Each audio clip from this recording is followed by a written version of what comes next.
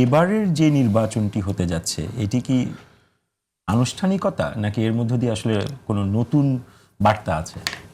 প্রথম কথা হচ্ছে যে প্রেসিডেন্সিয়াল নির্বাচনে তো আর্টিকেল 70-র আপনার কনস্টিটিউশনাল রেস্ট্রিকশন আছে।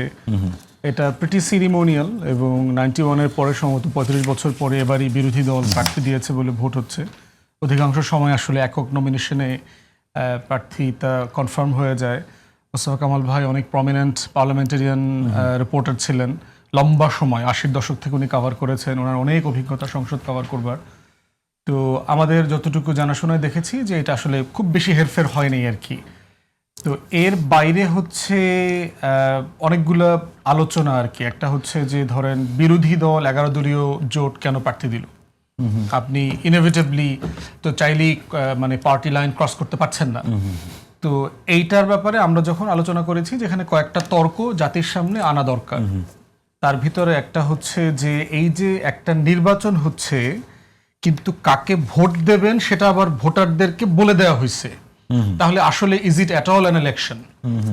ইলেকশন মানে হচ্ছে যে between the choices or among the choices আপনার you should have the right to select of your own, ওটার নাম হচ্ছে নির্বাচন। মানে আপনি একটা মাত্র চা দিয়ে বলছেন যে এই চাটাই খেতে হবে, কিন্তু এই চা খাওয়াটার নাম দিয়েছেন আপনি ডিনার। মানে এটা তো প্র্যাকটিক্যালি পসিবল না আর কি। তো এই জন্য আসলে রাষ্ট্রপতি নির্বাচনের নামে যেটা হচ্ছে এটা আসলে constitutionally it's a misnomer kind of, যেটা শব্দের সাথে যেটা মিন করা হচ্ছে এটা যায় না আর কি। দ্বিতীয়ত যেটা হচ্ছে যে আর্টিকেল 70 নিয়ে কমিশনে আমরা প্রচুর তর্ক করেছি। আমরা কমিশনের যে প্রস্তাবনা ছিল 2টা বিষয়ে রিজার্ভেশন ছাড়া বাকি সব কিছুই আপনার এক্সেম্পশন উঠিয়ে দিতে হবে। তার ভিতর একটা হচ্ছে ফাইন্যান্স বিল আর দ্বিতীয়ত হচ্ছে নো কনফিডেন্স ভোট।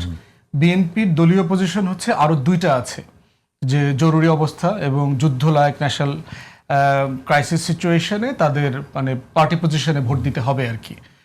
তো এইটা আবার আমরা একমত হইনি, বাট ওই 2টা পজিশনের ব্যাপারে সবাই একমত হয়েছে। এবং ওই তর্কের পরেই কিন্তু নোট অফ ডিসেন্টের আইডিয়াটা আসছে যে কোনো দল যদি প্রস্তাবনার সাথে শতভাগ একমত না হয় তখন কি হবে।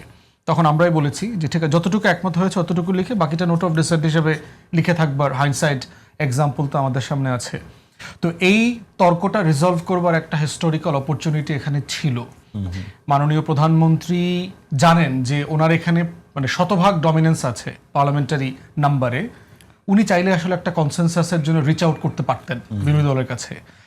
এবং এমনও হতে পারত যে ধরেন বিএনপিতে অনেক সজ্জন ভদ্র মানুষ আছেন যারা রাষ্ট্রপতি হলে বিরোধী দলের এন্টায়ারটিতে কেউ প্রতিবাদ করবে না, কেউ অপোজিশন করবে না।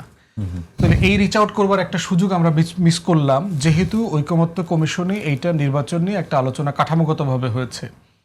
একটা বিষয় প্রস্তাব দেওয়া হয়েছিল যে রাষ্ট্রীয় সাংবিধানিক সংবিধিবদ্ধ প্রতিষ্ঠানগুলোতে অ্যাপয়েন্টমেন্ট দেবার ক্ষেত্রে একটা ক্রস সেকশন কমিটি কাজ করতে পারে কিনা, যারা সবাই মিলে ঐকমত্যের ভিত্তিতে একটা প্রফেশনাল অ্যাপয়েন্টমেন্ট হবে। বাংলাদেশ ব্যাংকের গভর্নর থেকে শুরু করে দুদক, তারপর নির্বাচন কমিশন, পিএসসি, রাষ্ট্রপতি, অ্যাটর্নি জেনারেল, সবগুলো বিষয়ে। তো আমাদের কাছে মনে হচ্ছিল যে এইটার একটা হিস্টোরিক্যাল অপরচুনিটি সরকার মিস করলো, যে এই যে দলীয় অ্যাপয়েন্টমেন্টের দিকে যাওয়া, বিরোধী দলও একই রকম আপনার দলীয় অ্যাপয়েন্টমেন্টের দিকে গেল।